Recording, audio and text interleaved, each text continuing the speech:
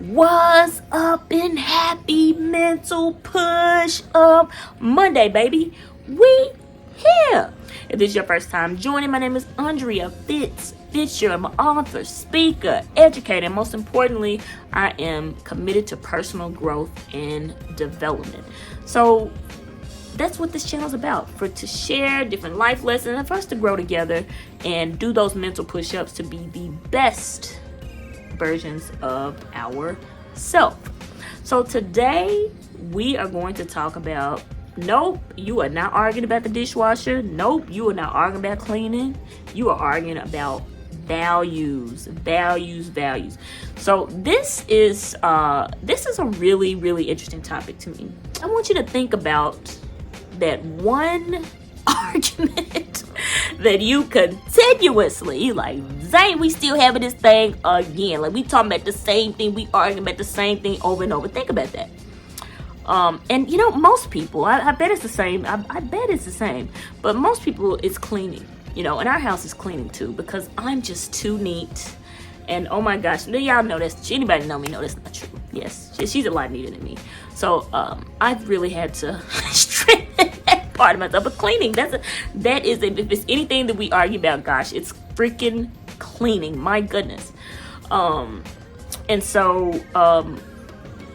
it is, you know, a lot of times we'll get mad at someone else because they are not like us. Gosh, you should care about this cleaning like I do, or you should care about this like, you know, and that's just not the case. You know, we all come to situations with, you know, life experiences, things that make us who we are.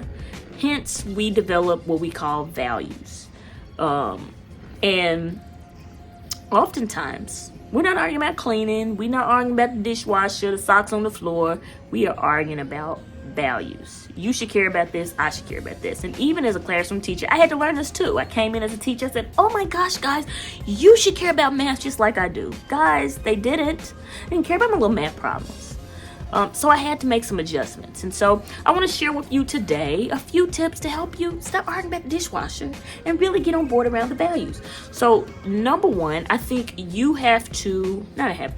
but one thing you want to start with is, what are your values and what are the other person's values? Like, what if you would say, these are the three things that really matter to them. These are three things that matter to them.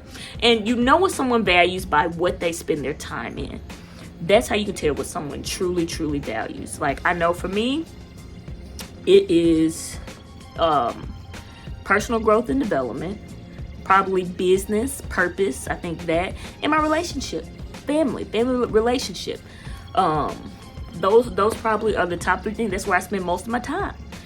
I guess health too, but you know, growth I guess will fit in there. But you know, that's how you can tell what someone truly values. And so start there. What is it you value? What does this person value? What do I value? Now the next piece, okay, where are our values clashing? So like, you may see, for instance, one of my values is personal growth, business. I think me and my partner, we're pretty aligned on that. But the one is structure and order. I think that's a very high value of hers. It's not so much in mine. So just ask yourself, like, okay, where do we differ? Now, the next thing you want to do after you're looking at, okay, this is where, how can I think about what is it that you are requesting from this other person? And how can you speak to that value where they find a benefit?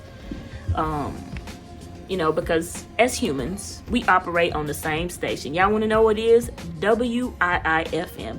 What is in it for me? You know, if you try to keep beating on somebody's head to change and they don't value it, they're not going to.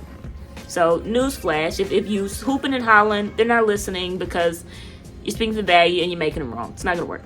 But what you can do is speak to something that's important to them. So for instance, Christina knows that I love working on my business. Oh my gosh, it's so fun to me.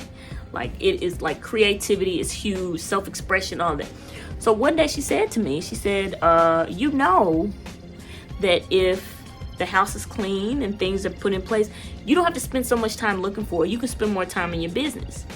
game changer. Now, I'm still not, I'm not like Molly Maid around here, but I'm more intentional about, like, if I drop something, put it up, or making sure the dishes are clean and nice, stuff like that, because it does give you back more time. But she spoke to my values. She spoke to what was important to me. So you want to think about, what is it? How can you speak to the other person's value? How will they find a benefit in something that is important to them? And I'm more intentional about that because she spoke to what mattered. Now, when she was like, "Oh, you need to clean up," man, I wasn't trying to hear it. But now that I kind of see the benefit and the value, I was like, factual. Let me make that change. So, and even as a classroom teacher, same thing. They didn't care about my little math problems. They could care less about them, but what they did care about was money in their bank accounts. So I said, math helps you solve complex problems. Can I help you do that? So just some of those things, speaking to the other person's values. And nobody's right, nobody's wrong. It's just, how do I speak to what matters to you so that we can all get our needs met? You know what I'm saying? Like, we're working together to make this thing work. So, guys, get out there this week. Do those mental push-ups. Explore your values. What are their values? Nobody's wrong here. We're just exploring values and seeing what's important to the other person. And as I always say, be bold, be brave, and most importantly, friends, be you. And I'm out.